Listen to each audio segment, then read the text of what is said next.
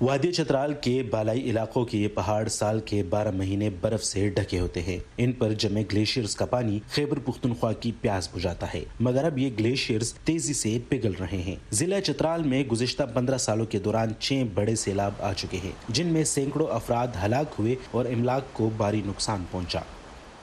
بہت سے نقصانات ہوئے، لوگوں کے گھر ختم ہو گئے، لوگوں کے کچھ چترال میں اتنا زمین بھی نہیں ہے، چھوٹے چھوٹے زمین ہیں وہ بھی ختم ہو گئے۔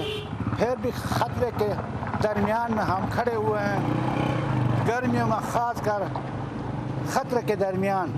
جب بارش ہو گئی تو ہم سارے زنانے چھوٹے بڑے سب بھاگتے ہیں۔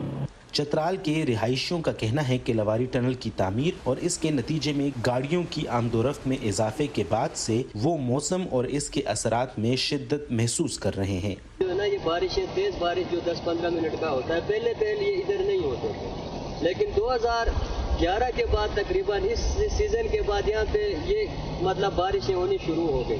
تو پہلے تو زمین تھوڑی سی مضبوط تھی، ابھی ہمارا زمین اتنا کمزور ہے کہ اس بارش کو برداشت نہیں کر سکتے۔ ایگریکلچر یونیورسٹی پشاور کے پروفیسر محمد اکمل اس ٹیم کا حصہ رہے ہیں جو خیبر پختونخوا کے 10 اضلاع میں 2011 سے 2040 تک کی موسمیاتی تبدیلیوں کا جائزہ مرتب کر رہی تھی۔ اس سروے میں چترال بھی شامل ہے۔ محمد اکمل کے مطابق موسمیاتی تبدیلیوں، جنگلات کی کٹائی اور چترال کے ارد گرد کے علاقوں میں کاربن کا اخراج بڑھنے سے درجہ حرارت اور بارشوں کی ترتیب میں بڑی تبدیلیاں واقع ہوئی ہیں۔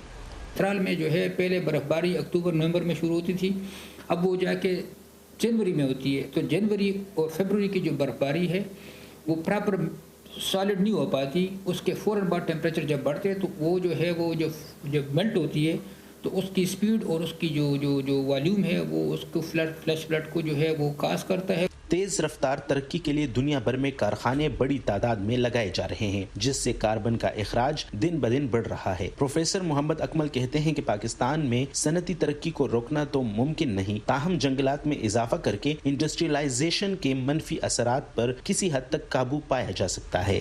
اگر ہمارے پاس پلانٹس ہوں گے تو ہمارا جو موئسچر اوپر کا جو ٹیمپریچر ہے وہ اس کے ٹرانسپریشن سے کنٹرول ہوگا، اور جو اس کا روٹ سسٹم ہے وہ اس کی سائل کو کمپیکٹ کرتا رہے گا، اس کو لوز نہیں چھوڑے گا تاکہ وہ ایروڈ نہ ہو۔